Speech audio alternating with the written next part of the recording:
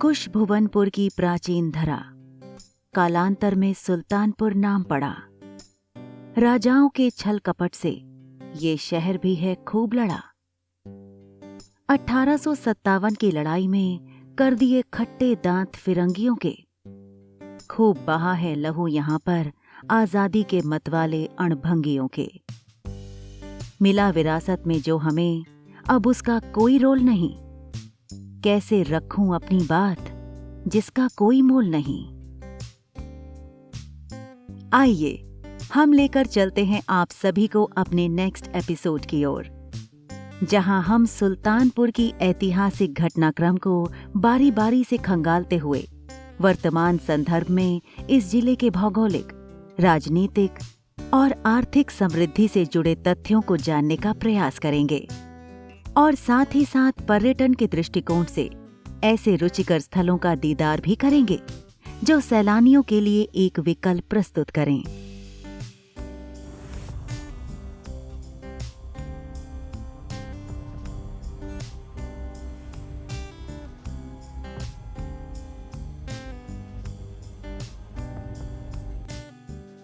इतिहास पर जब हम नजर डालें तो सुल्तानपुर जिले की कहानी अत्यंत प्राचीन लगती है। भगवान श्री राम के दो पुत्र लव और कुश थे। लव को उत्तर कौशल और कुश को दक्षिण कौशल का राज्य मिला था। गोमती नदी के किनारे भौगोलिक रूप से अति सुरक्षित स्थान पर कुश ने अपनी राजधानी बनाई थी। यही नगर कुश भवनपुर या कुशपुर कहलाया। कालांतर में खिलजी वंश के सुल्तान ने भरों को पराजित करके इस नगर को सुल्तानपुर नाम से बसाया। यहाँ की भौगोलिक उपयुक्तता और स्थिति को देखते हुए अवध के नवाब सफदरजंग ने इसे अवध की राजधानी बनाने का प्रयास किया था, जिसमें उन्हें सफलता नहीं मिली। कहा जाता है कि इतिहास एवं परंपरा एक दूसरे के पूरक हैं। इस परिप्रेक्ष्य में सुल्तानपुर के इतिहास पर हम जब नजर डालते हैं तो जनपद की कहानी अत्यंत प्राचीन लगती है। गोमती नदी के उत्तरी छोर पर मौजूद कुश भवनपुर के खंडर आज भी इसकी गवाही दे रहे हैं। पुरातात्विक, ऐतिहासिक, सांस्कृतिक, भौगोलिक तथा औद्योगिक दृष्टि से सुल्तानपुर का अपना विशिष्ट स्थान है। महर्षि वाल्मीकि, ऋषि दुर्वासा, गुरुवर वशिष्ठ आदि ऋषि मुनियों की तपोस्थली का गौरव इसी जिले को प्राप्त है। परिवर्तन के शाश्वत नियम के अनेक झंझावतों के बावजूद इसका अस्तित्व अक्षुण्य रहा है। अयोध्या और प्रयाग के मध्य गोमती नदी के दोनों ओर सई और तमसा नदियों के बीच कभी यह भूभाग बहुत दुर्गम था।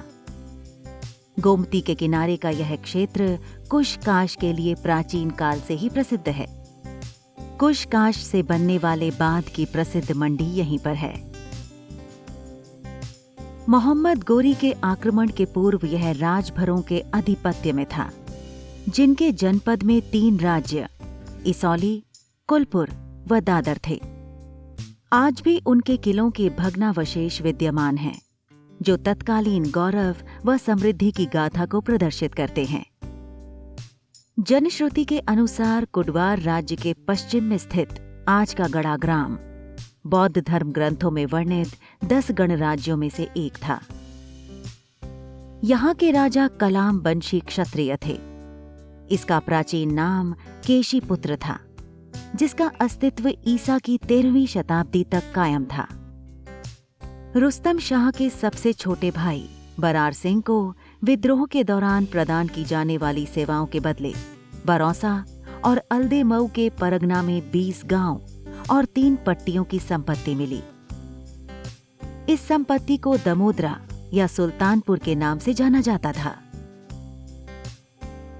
राष्ट्रीय चेतना के विकास में सुल्तानपुर का ऐतिहासिक योगदान रहा है। सन 1857 के स्वाधीनता संग्राम में क्रांतिकारियों ने ब्रिटिश साम्राज्यवाद को उखाड़ फेंकने में जान की बाजी लगाकर अंग्रेजों से मोर्चा लिया। 9 जून 1857 को सुल्तानपुर के तत्कालीन डिप्टी कमिश्नर की हत्या कर इसे स्वतंत्र करा लिया गया था। संग्राम को दबाने के लिए जब अंग्रेजी सेना ने कदम बढ़ाया तो चांदा के कोइरीपुर में अंग्रेजों से जमकर युद्ध हुआ था। चांदा, गभड़िया नाले के पुल, अमहट और कादू नाले पर हुआ ऐतिहासिक युद्ध उत्तर प्रदेश की freedom struggle in Uttar Pradesh नामक किताब में दर्ज तो है, लेकिन आज तक उन स्वतंत्रता संग्राम सेनानियों की याद में कुछ भी नहीं किया गया। न स्तंभ बने, न शौर्य लेख के शिलापट। यहाँ की रियासतों में मेहंदी हसन, नाने मऊ कोट, राजा दियरा एवं कुड़वार जैसी रियासतों का नाम इतिहास के पन्नों में दर्ज है। सन 1921 के किसान आंदोलन में इस जनपद ने खुलकर भाग लिया और सन 1930 से 1942 तक एवं बाद के सभी आंदोलनों में यहाँ की स्वतंत्रता सेनानियों ने जिस शौर्य एवं वीरता का परिचय दिया वो ऐतिहासिक है। किसान नेता बाबा रामचंद्र और बाबा रामलाल इस संदर्भ में उल्लेखनीय हैं, जिनके त्याग का वर्णन पंडित जवाहरलाल नेहरू ने अपनी आत्मकथा में किया है। भौगोलिक रूप से जनपद सुल्तानपुर की उत्तरी सीमा पर फैजाबाद एवं अंबेडकर नगर, उत्तर पश्चिम में बाराबंकी, पूरब में जौनपुर व आजमगढ़, पश्चिम में अमेठी व दक्षिण में जिला प्रतापगढ़ स्थित है। जनपद में बहने वाली गोमती नदी प्राकृतिक दृष्टि से जनपद को दो भागों में बांटती है। गोमती नदी उत्तर पश्चिम के समीप इस जिले में प्रवेश करती है और बलखाती हुई दक्षिण पूर्व द्वारिका के निकट जौनपुर में प्रवेश करती है। इसके अतिरिक्त यहाँ गभड़िया नाला, मझुई नाला, जमुरिया नाला तथा भटगांव ककरवा, शोभा महोना आदि झीलें हैं। प्रशासनिक दृष्टिकोण से यह जिला 1 लोकसभा, 6 विधानसभा, 14 विकासखंड, 5 तहसील, 1 नगरपालिका, 3 नगर पंचायत और 19 पुलिस थानों के क्रमबद्ध जाल में बंधा हुआ है। आर्थिक रूप से सुल्तानपुर अपने भौगोलिक सीमा के अंतर्गत आसपास क्षेत्रों में होने वाले औद्योगिक गतिविधियों के कारण प्रसिद्ध है। शहर से लगभग 60 किलोमीटर की दूरी पर राष्ट्रीय राजमार्ग संख्या 56 पर स्थित जगदीशपुर है और निहालगढ़, जो लखनऊ वाराणसी मार्ग पर निकटतम रेलवे स्टेशन है। क्रमशः अब यह भारत हैवी इलेक्ट्रिकल्स लिमिटेड अर्थात भेल का एक बड़ा औद्योगिक क्षेत्र है और साथ ही यह एक प्रमुख उर्वरक उत्पादक क्षेत्र भी है। यह स्थान अपने तेल शोधक कारखाने के लिए प्रसिद्ध है। शिक्षा, साहित्य एवं संस्कृति के क्षेत्र में सुल्तानपुर की अपनी उपलब्धियां हैं। मलिक मोहम्मद जायसी, गुरुदत्त सिंह जैसे पुरातन कवियों की भी यही कर्मस्थली थी। राष्ट्रीय आंदोलन के महान कवि पंडित राम नरेश त्रिपाठी का भी यह गृह जनपद है। प्रगतिवादी कविता व शायरी के सशक्त कवि त्रिलोचन एवं मजरू सुल्तानपुरी का वास्ता इसी मिट्टी से है। चर्चित कथाकार संजीव, शिवमूर्ति, अखिलेश, अजमल सुल्तानपुरी इसी धरती की उपज हैं। शिक्षा के क्षेत्र में बाबू KN सिंह ने KNIPSS अर्थात कमला नेहरू तकनीकी संस्थान की स्थापना कर उत्कृष्ट कार्य किया एवं पंडित राम किशोर त्रिपाठी के प्रयास भी शिक्षा के क्षेत्र में महत्वपूर्ण रहे। इन मनीषियों द्वारा स्थापित संस्थाएं जनपद के चहुमुखी विकास में मील का पत्थर हैं। धार्मिक और सांस्कृतिक क्षेत्र में इस जिले के भौगोलिक सीमा के अंतर्गत कुछ ऐसे स्थल हैं जिसकी आस्था का प्रसार दूर दराज के क्षेत्रों तक फैला हुआ है और इसी आस्था के कारण लोग दूर दूर से आते हैं। तो आइए ऐसे स्थलों के बारे में जानने का प्रयास करते हैं। बिजेथुआ महावीरन।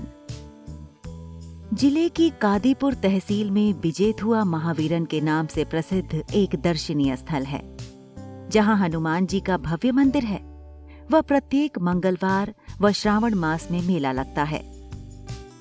यहाँ मकरी कुंड भी है। यह सूरापुर सुल्तानपुर में एक बहुत प्रसिद्ध प्राचीन मंदिर है।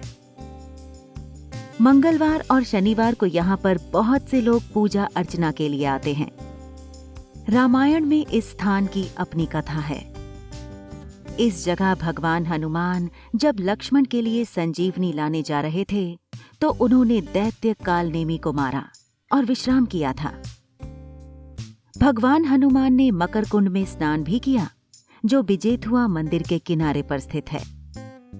रावण ने भगवान राम के कार्य में बाधा डालने के लिए कालनेमी नाम के दैत्य को नियुक्त किया था। कुंड में स्नान करते समय एक मकरी ने हनुमान जी से कहा कि कालनेमी संत नहीं अपितु दैत्य है। धोपाप जनपद के लंबुआ विकास खंड में धोपाप के नाम से प्रसिद्ध धार्मिक स्थल है। प्रतिवर्ष राम नवमी एवं ज्येष्ठ शुक्ल दशमी को असंख्य धर्मपरायण लोग यहाँ स्नान करते हैं। लोगों का मानना है यहाँ स्नान करने से मुक्ति मिलती है। विष्णु पुराण के अनुसार गोमती को इस मार्ग में धुतोपपा के रूप में जाना जाता था, जो पूर्व से धोपाप तक पहुंचता है और इसलिए यहाँ धोपाप के नाम से जाना जाने वाला घाट बनाया गया है, जहाँ लोग नदी में अपने पापों को धोने में राम के उदाहरण का अनुसरण करते हैं। सीताकुंड यह सुल्तानपुर शहर में गोमती नदी के तट पर स्थित है। चैत रामनवमी, माघ अमावस्या व कार्तिक पूर्णिमा को अत्यधिक संख्या में इस स्थान पर लोग गोमती नदी में स्नान करने आते हैं। उपलब्ध अभिलेखों के अनुसार वनवास जाते समय भगवती सीता ने भगवान श्री राम के साथ यहाँ स्नान किया था। पारिजात वृक्ष सुल्तानपुर शहर के गोमती नदी के तट पर उद्योग केंद्र के परिसर में यह वृक्ष उपस्थित है। यह एक बहुत पुराना पेड़ है और इस जगह पर आने वाले श्रद्धालुओं की इच्छाओं को उनकी प्रार्थना के अनुसार पूरा करता है। यहाँ नियमित रूप से आस्थावान लोग आकर प्रसाद आदि चढ़ाकर पूजा अर्चना करते हैं। धन्यवाद।